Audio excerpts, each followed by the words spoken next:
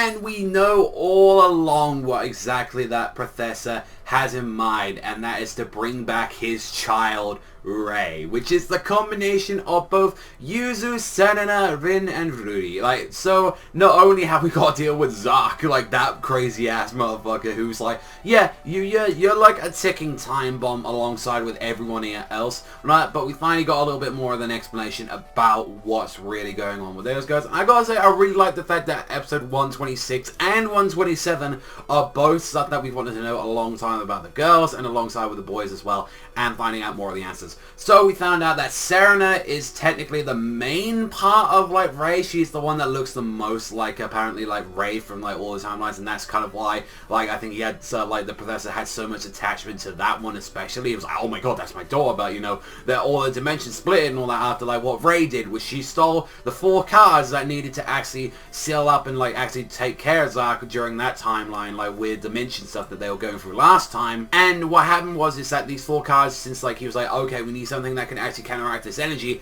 and the only most powerful energy that he can find out is pretty much the seasons themselves, where it's like, oh, but like, you know, spring will always come back, same thing with winter, like, you know, what I need to utilize these powers as like seasons and the animals themselves to actually defeat this person. And pretty much his daughter takes out of them because she's a pro duelist and she's like, no, I am the one that can do this, I can take care of this. And we definitely saw right before she split up is that she had like those bracelets, exactly what each one of the girls actually has. They appeared on her arm, and each of them representing like, you know, the split of her and the like kind of the personality of like what we had with Ray. And that was like the same thing with what we got to see, especially with like what we saw with Zark and with like Yuya and the other boys.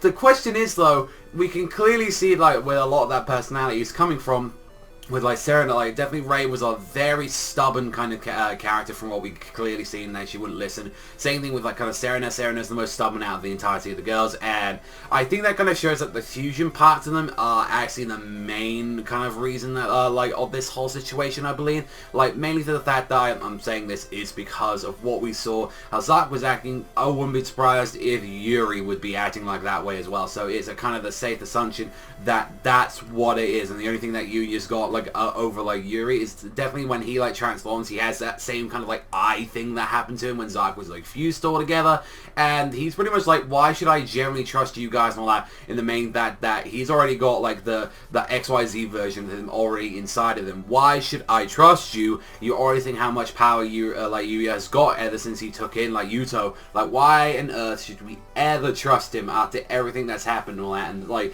with all the dragons, if those dragons come back together and they're all like in the same place, that means bad news. Like we don't want that kind of stuff happening at all. Like the professor's like, I'm trying to be a good guy here, but then on the same sort of level and all that, I want my daughter back. That's the clear reason of this. It's like, and the way I'm gonna be making the 5th era, like the 5th dimension, basically the whole one again, which is called Arc 5 into altogether and all that. So it's like, yeah, the 5th dimension is going to be coming back, and that's kind of where we get the name from. Whereas like it was the Arc Area Project, and pretty much just going to be making it into the Arc 5. And to use this, he is actually going to be combining the fact that he's going to have all of the dimensions alongside all the people he's carded. The people who are carded in this dimension are going to be like, you know, actually use as fuel to activate this. So it's like, in a way, he's just like, hey, some people, if they had the power, they'll make like, you know, just bring their daughter back. And that's like exactly what he saw as well. When he arrived in the dimension, he originally arrived in the standard dimension, and he was like,